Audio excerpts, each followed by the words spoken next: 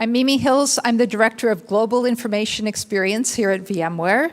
I'm part of the Executive Leadership Committee, and I know we are all very interested in hearing from Andrea Little-Imbago, Chief Social Scientist from Virtru, and her session entitled Increasing Retention Capacity, Insights from the Field.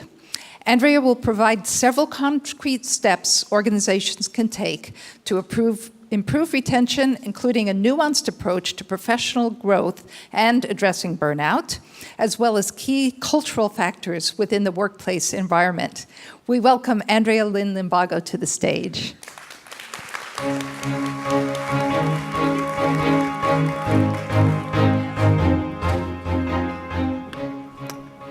All right, hi everyone. It's wonderful to be here. Thanks for the introduction.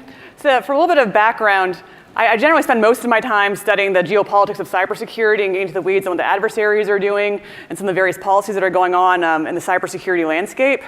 But I also have a social science background, and the longer I was in cybersecurity, I started realizing there was a little bit of an issue with the retention of both men and women within our entire industry. And so I figured as a social scientist, the most reliable thing to do was then to do a survey analysis and to start looking into what are some of the causes of this. And so I'm going to talk to you a little bit about some of my own anecdotes that I have experienced in the industry, but then also what the outcome of my quantitative analysis was as well, the survey study that I did within the field. And so out of curiosity, do we have any other cybersecurity folks?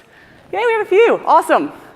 That's great, and for those in the larger tech community, cybersecurity actually has even worse numbers than the tech community writ large for women in the field. It's roughly about 11%. One recent study came to 20%, which I don't think it would have jumped that much just over 1 year, so I'm going to stick with 11%. But so a lot of the research I'll be talking about comes from people in information security or cybersecurity, but a lot of it really is much more applicable to the entire tech community writ large.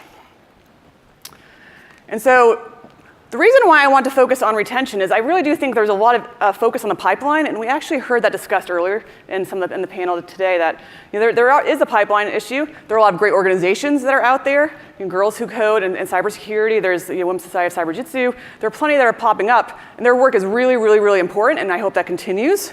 But for me, what I really wanted to focus on was retention because I don't think that's really focused on that much.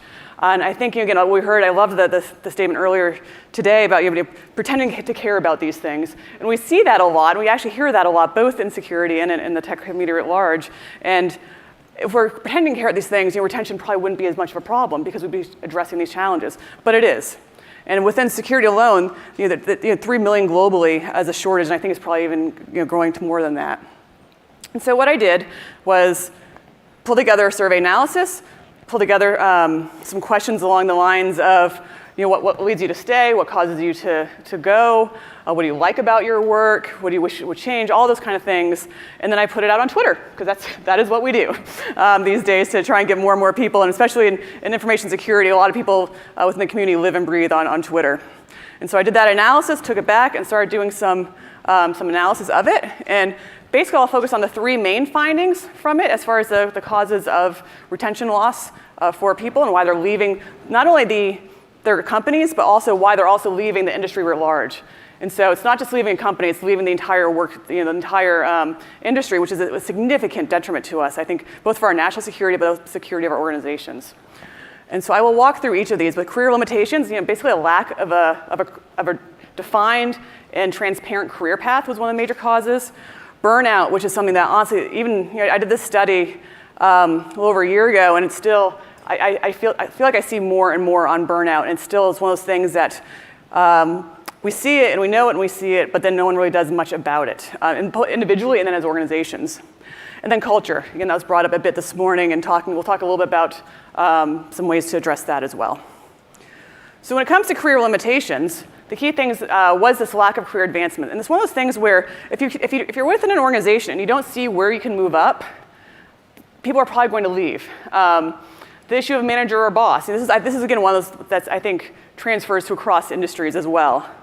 An interesting one that I wasn't quite expecting to see was the lack of challenging work. And so especially in security, a lot of the processes are pretty rote processes where they come in every day, go through some of the logs, and they kind of do the same kind of work over and over and over again, and can become very, very tedious. And then we tackle on top of that, within security also, there aren't really clear wins. For other industries, you can say, look, we created this. For security, it's more like preventing something from happening.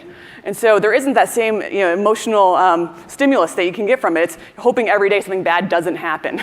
And then limited opportunities for technical management. And that's I think especially pertinent, across the tech community, where people want to be able to grow within their fields, but may not want to lose their technical skills. And so how can we provide those career paths where people can take those technical skills that they've developed and gone to school on and devoted their lives for, but still be able to grow and advance within the company?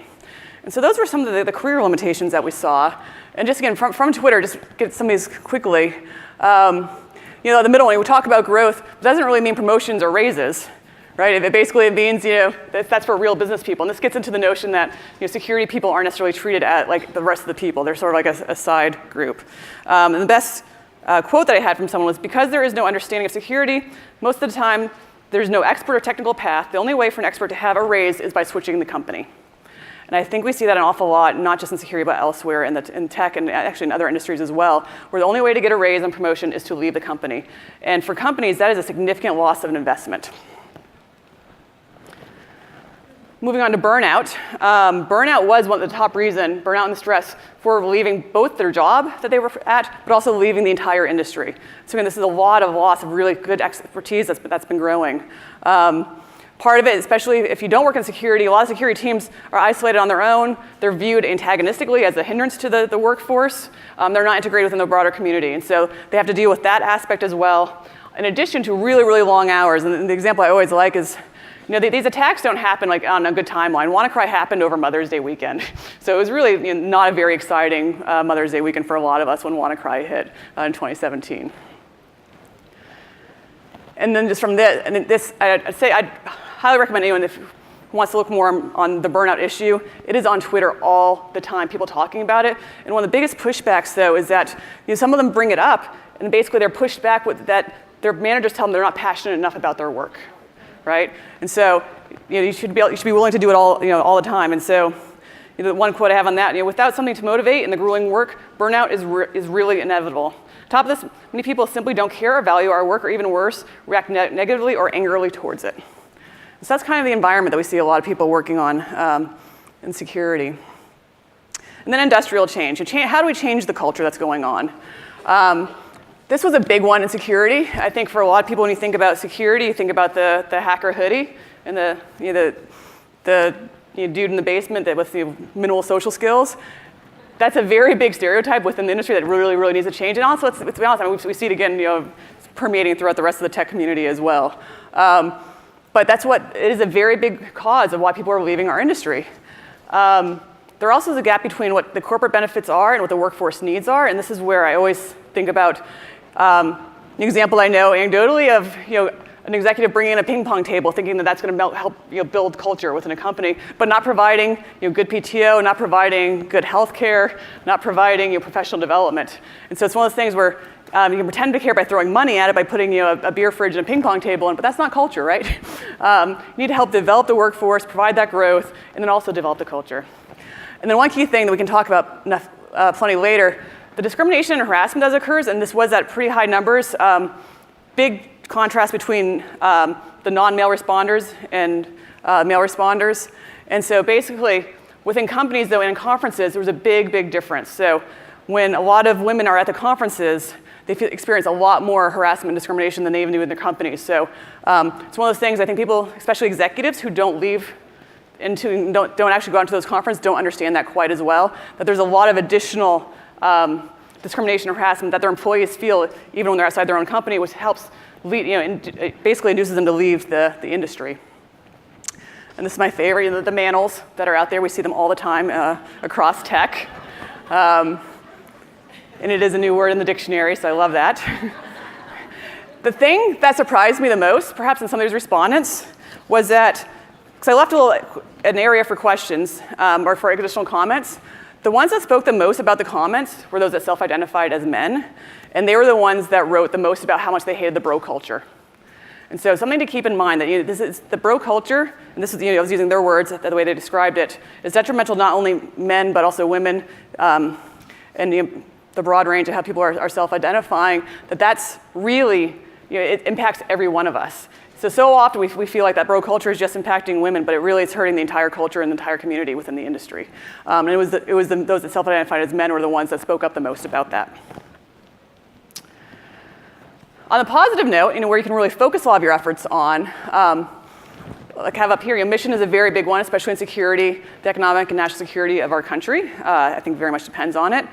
We saw all morning how all the technologies that we're all working on, how they have huge social implications. And so again, we can drive on the mission, we can provide professional development to counter that lack of a career path, support of managers and boss, stimulating work, the work-life balance were some of the things that led people to stay. And so how can we actually get at some of this? And so that's a broad range of problems. And so I'll quickly go through what some of the solutions can be, building upon some of my social science background. And so the way we break apart and basically simplify parts of the social systems and the way humans interact, one potential framework is looking at agents, who are basically the people. Those are making the decisions and who are shaping the policies and so forth. Then the other is the material construct, the structures within which we all do our work. And so starting with the structural factors, policies are a key one.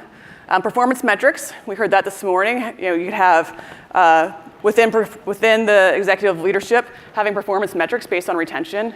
At our company, one of our top 5 goals is retention for our workforce. There's so much investment that goes into it. We want to try and retain our best folks.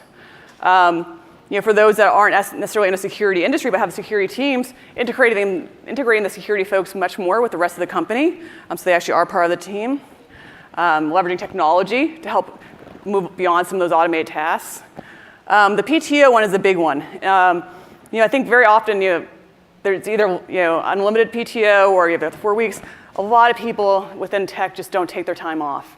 And I know there's the concern, and I've heard this so many times from executives, that, if you do it, people are just going to take advantage of it and spend all their time off.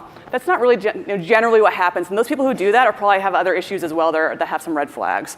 And so people need to be taking their breaks. Every study shows how much better people come back after taking a real solid break. Not going away and still being on email the whole time, but actually taking breaks. And then corporate social events, again, having them not all be drinking. Again, security actually has a pretty significant high rate of drinking at these events, and even alcoholism. And so it's something that the industry is addressing, but still, it's one of those things where expand it. I was walking in here, there's a soccer field out there, and I was talking to some of the women that we've in previous jobs, I played soccer within the company. So there are there's book clubs, there's so many different things you can do to actually provide the connections of your folks to help build that culture. And it doesn't mean you can't have a happy hour. Happy hours are great, but just don't rely on that solely. And make sure that the variety and the range of events are inclusive again, right? To help build that culture. If you do it every day at 5:30, parents can't go, or some other folks who have other kind of responsibilities after work. And the same thing can go for a lot of these other events. So just think about it within a more inclusive manner. And then with visual cues, this is really important. I'm sure we've all walked into places where you're going to interview and you just look around and you're pretty sure right away that you don't belong in that place. And that's something that they're visual cues. It triggers something. Whether it's inappropriate comments that are made on a whiteboard, which I'm sure most of us have seen at some point in our careers, but just making sure that the workplace actually reflects the broader company culture. Same goes for marketing materials. Again, making sure the marketing materials well represent the workforce, well represent the mission of the company, and are trying to be written in a way that makes people want to apply and across the broad spectrum. Job descriptions are notoriously awful at this for just targeting certain demographics. And so really doing a look on that. Swag, again, it seems intuitive, or actually it seems like it may not make sense at all. But if you go to a lot of the conferences, and if all the swag is for men's sizes, it's very hard to feel like you actually may belong there. And so just doing things that might be appealing to a broader group. And the key thing is just making sure they reflect the corporate culture. And then conferences, and this is really a big one, given that of the respondents, 95% attend at least one and some 3 to 5 every year. And so conferences are a big part of professional development. They're a big part of networking. They're a big part of learning what's going on in the community. And so conferences need to do a better job at actually being more inclusive. Codes of conduct, there's a very big issue within security right now, where codes of conduct they were there, but they weren't actually adhered to, and we've seen that quite a bit. ensuring the lineup, that the people actually choosing who the speakers are, represent a broad group, and then making sure the speakers chosen, at the end of the day, still having the high quality and the high bar for who's speaking, but ensuring it's a broader group. And then sponsorship and professional development, really for companies, investing some time in those efforts. It's going to pay back. It's the notion of, what happens if we train them and they leave, but then what happens if you don't train them and they stay, right? They're not going to be they're not going to be at the top of their game. And so continuously training, continuously helping support professional development is such a good way to help retain the workforce and help them grow and help get your company's name out there. I mean, it's a win-win. And then just looking at from the leadership, I think leadership is something we hear that a lot, and so leaders have to set the example from above. There's just no other way to look at it, and I can dive into a lot of those a little bit later. But something that doesn't come up a lot, and I have coined it cultural entrepreneurs, are those that are working at various levels across the organization as well. The notion of reverse mentoring came up a little bit earlier.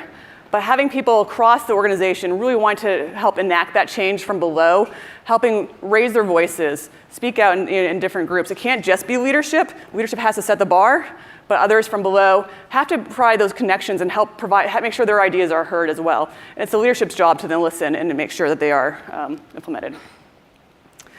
And so just a couple thoughts, because we hear this a lot. There is no easy button for these things, and just throwing money at it does not work. And that's unfortunately where I feel like the state of the state is right now in a lot of companies, is just thinking that one quick policy will change it all, or just throwing a bunch of money at it without really any clear strategy will change it all. And that's not the way it works. But by focusing on empowering those individuals and providing the broader shifts to actually really to address the burnout and the cultural issues, as well as a career path, can help companies go a really long way to retaining the people they've invested in so much.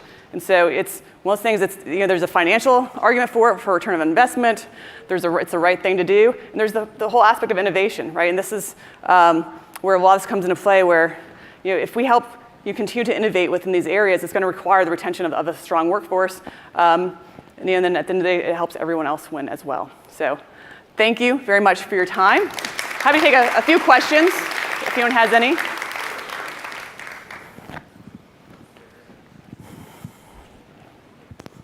I'm interested in your perspective on hiring millennials, and next gen will be the iGens, the Yes. ones that are like 22, 23 right now, just coming out of school. I've been trying to make sure that the messages that I'm sending and the intent that I am hiring with understands that they're probably not going to stay longer than 3 or 4 years. So I'm curious how you balance Right. the need for retention with the understanding that this is a generation that probably won't stay. Yeah, so I think there's that, but I also, I think most of them, for those of us who are more senior, also haven't been staying that long either. And so they're basically, in my opinion, they're perpetuating something that's already been going on for quite some time. But doesn't mean that you have to settle with that. And so on the one hand, they may very well stay for, with only at 3 to 5 years. But if you give them an incentive and reason to stay, I'd like to believe that they will stay longer. And so again, we'll have to wait and see. But I do think that, again, if you only assume they're going to leave after 3 to 5 years and you don't continue to grow them, then they're probably not going to be making the impact during those 3 to 5 years anyway that they could be making. And then you also have a lot of folks, they can go out and they've got their own networks as well, and so they will continue to tell people to come work in your workshop or your corporate environment as well. And so that's, again, the word of mouth spreads a lot, and so that's actually, the poison tends to spread a little faster than the goodness in the industry. And so ensuring that they have a good experience, and that if they end up having to leave after 3 to 5 years, I would reflect on why they are, and making sure, because that doesn't happen a lot either, is that I've seen so many times where the executives make an explanation for every single person that leaves that they didn't want to leave, and it's never the company's fault. And so self-reflection, I think, is also a big part of it. Yeah. Any other questions? Oh, one more. Hi, I was wondering if you could share a little bit about any success stories that you've seen, and what in particular from those retention success stories resonated and you feel like would be applicable. Yeah, no, and there are, and that's the thing that gets lost a fair amount, because you do always hear more of the bad stories. Companies that do provide that career track, that seems to work really, really well, and the transparency along those lines. But then those that, actually, and that's, to me, it's sort of that, it's the integration of all three. Investing in the people, ensuring that the burnout isn't happening, and actually taking burnout seriously. And that's the thing, actually across all of those, I still feel like I see so many missteps that didn't have to be missteps, right? It's almost like shooting yourself in the foot, where if they just really encouraging the folks to actually take the time off. This is where you see some of the executives who, when they're going on vacation, they lead by example by actually going on vacation. So many executives don't do that, and the workforce knows that. And so I think a lot of it still has to come from the leadership, and the leadership actually walking the walk and talking the talk with it. And so that I would say would be the very first place is where you have to see the leadership, and it's the leaders who are intentionally choosing greater representation of the board and greater representation of the C-suite. And from there, that helps trickle down, and so those are where you see a lot of the successes. And I do see, at various companies where I've been and where I've seen other places, just using some really, really interesting things to help build a culture that moves beyond just the drinking. And so, one job we used to do recognition, and so we did peer recognition as well as the executive recognition, and that was a really great way to help everyone know across the company that what you're doing is appreciated. And it was a sticker. Like it's not, it wasn't a big, these things don't have to cost a lot of money. And that really went a long way, both for making people feel good about where they were working. They knew that their peers appreciated what they were doing. But it also was something that it was within the broader company. And so that was also a nice way just to feel involved within the team. Honestly, just shifting some of the corporate material that they have. And that's all those kind of things I think. I haven't seen a company, I've not had insights into every single company that it kind of does all of those across the board, and it's hard, right? It's kind of like we know these things need to be done, but it's hard to actually do all of them, and especially when we're in an industry where we have to, you're trying to put the product out as fast as possible, you're trying to keep moving as fast as possible with little time to reflect on all these kind of things, and I think the companies that actually sit back and reflect on these, especially during like corporate offsites, include these aspects as part of it, the professional development, the culture, all this sort of retention, in addition to the product development, I think could help out a lot. Yep, thank you.